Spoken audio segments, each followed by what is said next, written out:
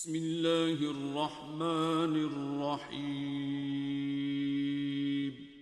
شروع اللہ کے نام سے جو بڑا مہربان نہایت رحم والا ہے۔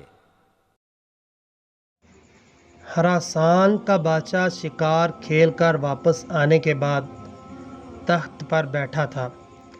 تھکاوٹ کی وجہ سے اس کی آنکھیں بوجھل ہو رہی تھیں۔ بادشاہ کے پاس ایک غلام ہاتھ باندھے ادب سے کھڑا تھا۔ بادشاہ کو سخت نیند آئی ہوئی تھی، مگر جب بھی اس کی آنکھیں بند ہوتیں تو ایک مکھی آ کر اس کے ناک پر بیٹھ جاتی تھی، اور نیند اور بے حالی کی وجہ سے بادشاہ غصے سے مکھی کو مارنے کی کوشش کرتا، لیکن اس کا ہاتھ اپنے ہی چہرے پر پڑتا تھا اور وہ ہڑبڑا کر جاگ جاتا۔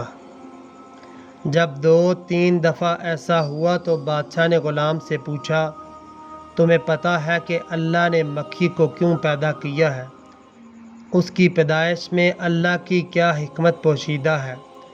غلام نے بادشاہ کا یہ سوال سنا تو اس نے ایسا جواب دیا جو سنہرے حروف سے لکھے جانے کے قابل ہے۔